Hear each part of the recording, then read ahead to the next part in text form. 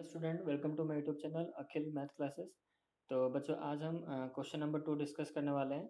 तो question number 2, given है state whether the following statements are true और false. If false justify your answer with an example. अगर true है तो ठीक है, अगर फॉल्स है तो फॉल्स क्यों है। देखो, पहला क्वेश्चन क्या गिवन है, if X mod equal to zero then X has no reciprocal. तो ये स्टेटमेंट ट्रू है, क्योंकि एक्स मॉड जीरो है तो एक्स का कोई रेसिप्रोकल नहीं होगा। तो ये स्टेटमेंट क्या है, ट्रू है। ठीक है। अब हम करेंगे बिट टू। यहाँ पर लिखा है इफ एक्स, यहाँ पर लिखा है एक्स, ये वाई है। यहाँ पर बड़ा कौन है, देखो ग्रेटर देन सिंबल कौन सा है, मतलब एक्स और वाई के बीच में बड़ा कौन है, वाई। वाई बड़ा है। इसका मतलब यहाँ पर लिखा है Y is greater than X, मतलब वाई बड़ा है किससे, एक्स से। अगर ये कंडीशन हुआ तो यहाँ बोल रहा है कि देन एक्स, और यहाँ पर जो y है, x का मॉड और y का मॉड, मतलब इसका जो, इन दोनों का जो आंसर निकलेगा इसमें y बड़ा होगा। कहने का मतलब कि if x is smaller than y, अगर x जो है y से अगर छोटा है, तो ये कंडीशन अगर गिवन है, तो अगर हम इसको इस फॉर्मेट में लिखेंगे तो ये बोल रहा है कि y बड़ा होगा। तो इसको हम इस स्टेटमेंट को प्रूव करने के लिए हम एक एग्जाम्पल लेते हैं। तो देखो बच्चों, यहाँ पर मैंने x का एक वैल्यू लिया है -3 और y का वैल्यू लिया है -2। ठीक है। तो यहाँ पर हम क्या करेंगे, पहले यहाँ पर क्या गिवन है कि x का मॉड और y का मॉड होना चाहिए, माने x का एब्सोल्यूट वैल्यू और y का एब्सोल्यूट वैल्यू। यहाँ हम निकालेंगे x का एब्सोल्यूट वैल्यू और y का एब्सोल्यूट वैल्यू। तो यहाँ पे ये स्टेटमेंट को हमको देखना है कि ये स्टेटमेंट जो है वो ठीक है कि नहीं। यहाँ पर स्टेटमेंट बोल रहा है क्वेश्चन में कि x का एब्सोल्यूट वैल्यू और y का एब्सोल्यूट के बीच, y का एब्सोल्यूट वैल्यू के बीच में y का एब्सोल्यूट वैल्यू जो होगा वो बड़ा होगा। क्वेश्चन में ये बोला है, तो हम उसको देखते हैं बड़ा कौन सा हो रहा है। तो देखो बच्चों, यहाँ पर x का वैल्यू मैंने अलग से लिया है -3 और y का वैल्यू लिया है -2। तो जब मैं, देखो यहाँ मैं x का निकाला हूँ, x का एब्सोल्यूट वैल्यू कितना निकलेगा, 3 निकलेगा, देखो यहाँ। उसके बाद -2 का एब्सोल्यूट वैल्यू कितना निकला, 2 निकला। तो यहाँ पर देखो बच्चों, यहाँ पर क्या हो रहा है, यहाँ पर 3 बड़ा हो जा रहा है, मतलब 3 तो बड़ा है ना 2 से। तो यहाँ पर हियर 3 इज ग्रेटर देन 2।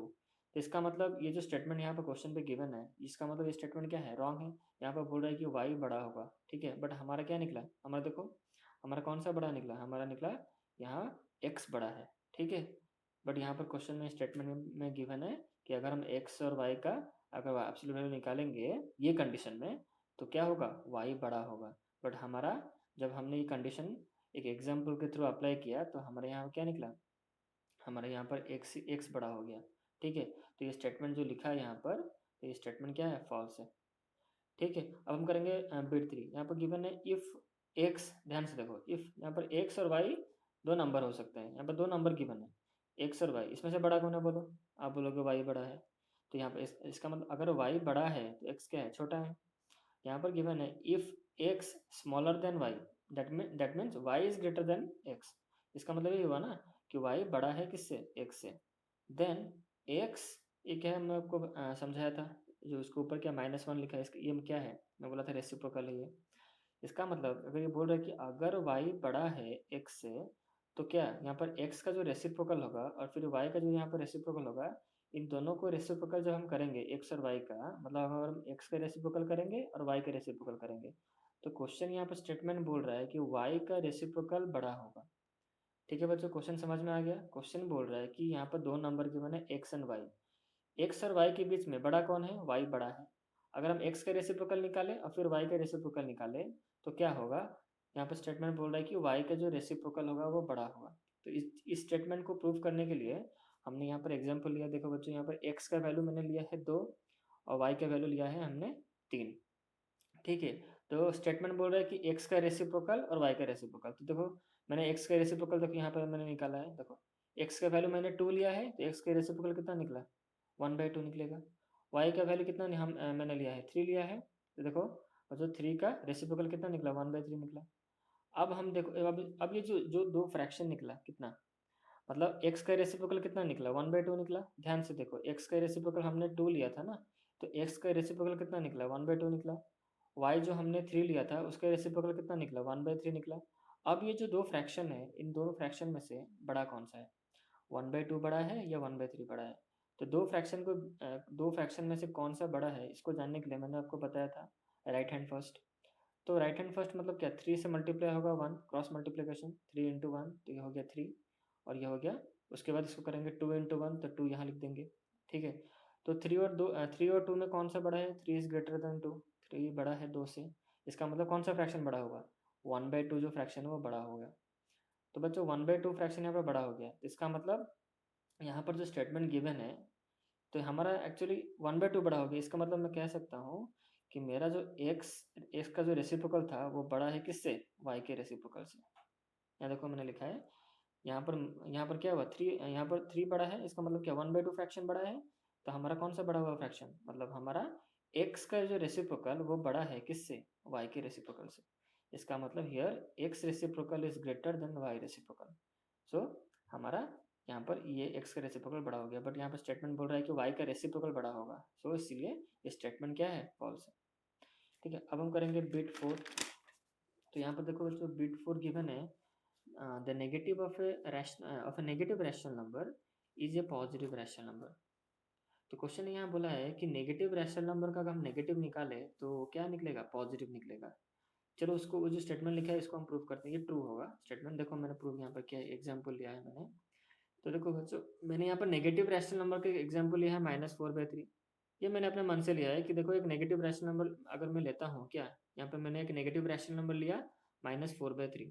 ठीक है, अब अकॉर्डिंग टू क्वेश्चन बोल रहा है कि negative of A negative rational number.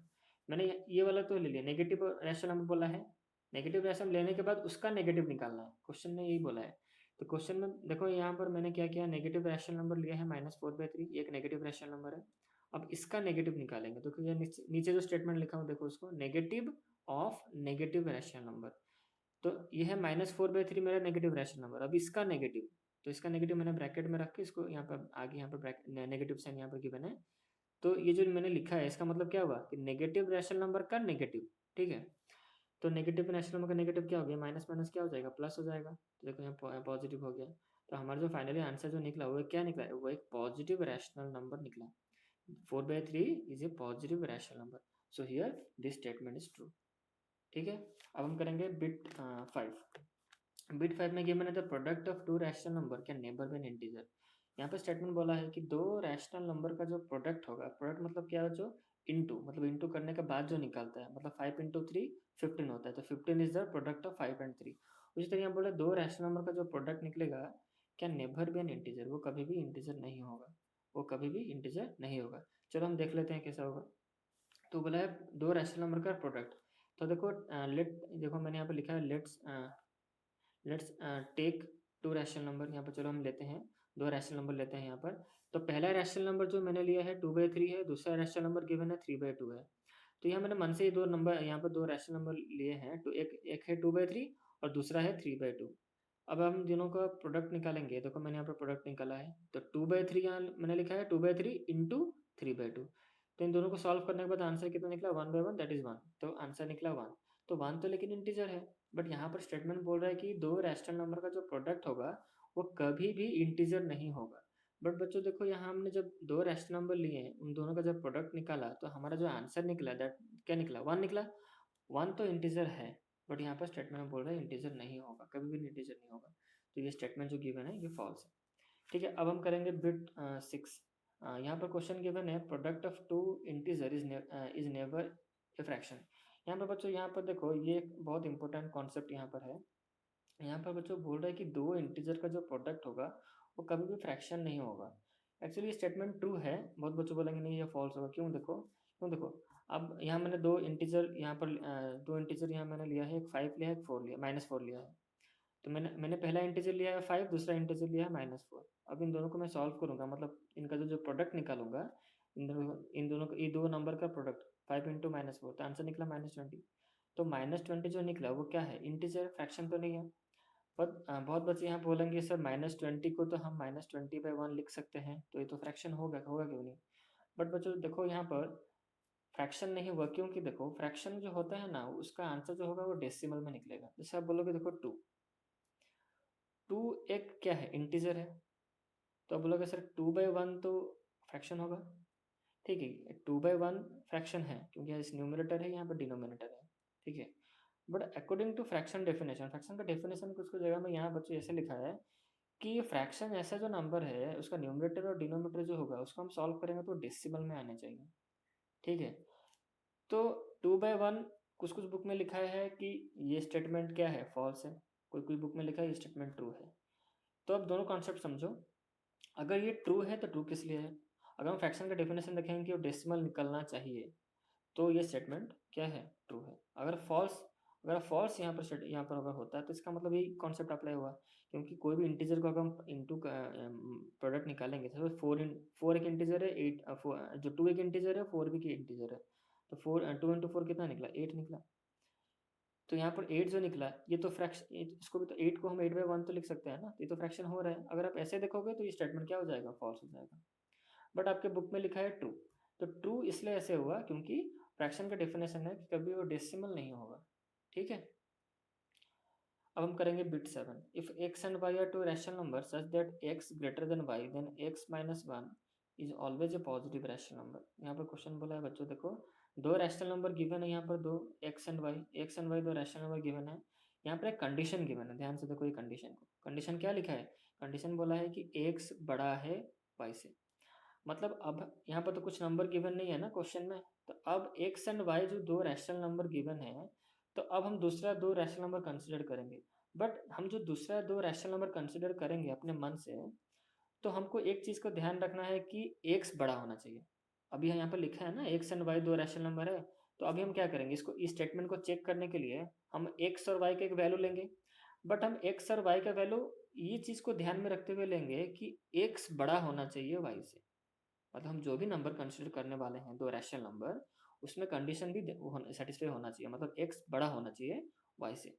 तो देखो बच्चों कंडीशन गिवन है x must be greater than y। अगर x बड़ा होगा y से, तो देखो मैंने वैसे ही एक नंबर दो यहाँ पे दो नंबर यहाँ मैंने वैसे ही लिया है। यहाँ देखो मैंने पहला जो x लिया है उसका वैल्यू लिया है 1/2 और y का वैल्यू लिया है 1/3। तो देखो बच्चों यहाँ पर x का वैल्यू जो है वो बड़ा है 1/2, क्योंकि 1/2 क्या है, बड़ा है ना 1/3 से। तो यहाँ मैंने ये कंडीशन को सेटिस्फाई किया हुआ है। ठीक है, तो अब हम इसको सॉल्व करते हैं। तो क्वेश्चन क्या बोल रहा है कि अगर हम दोनों का क्या करें, अगर x और y दो रैशनल नंबर है, तो उसका वो बोल रहा है कि x माइनस वाई जो होगा वो क्या होगा, वो ऑलवेज पॉजिटिव रैशनल नंबर होगा। तो बच्चों हम चलो चेक करते हैं कि x का वैल्यू हमने जो जिस कंडीशन में बोला था उस कंडीशन में हमने ले लिया है 1/2 और 1/3, मतलब x बड़ा है हमारा। तो x एंड y का जो आंसर होगा, मतलब x एंड y का जो डिफरेंस होगा वो कितना होगा, तो 1/2 माइनस 1/3 इसको सॉल्व करोगे आंसर निकलेगा 1/6। तो यहाँ पर देखो 1/6 जो है वो पॉजिटिव रैशनल नंबर है। बट यहाँ पे देखो क्वेश्चन में भी बोला है कि पॉजिटिव ही निकलना चाहिए, x माइनस वाई जो होगा वो ऑलवेज पॉजिटिव रैशनल नंबर होगा। तो ठीक है, ये चीज़ हम प्रूव कर लिए, मतलब ये जो स्टेटमेंट है ये हमने प्रूव कर लिया कि यस पॉजिटिव रैशनल नंबर ही निकल रहा है। इसका मतलब ये जो स्टेटमेंट यहाँ पर बोला है वो ठीक है। So this statement is true. ठीक है, तो नंबर 1 खत्म हो चुका है। अब हम नेक्स्ट क्लास में नंबर 3 स्टार्ट करेंगे।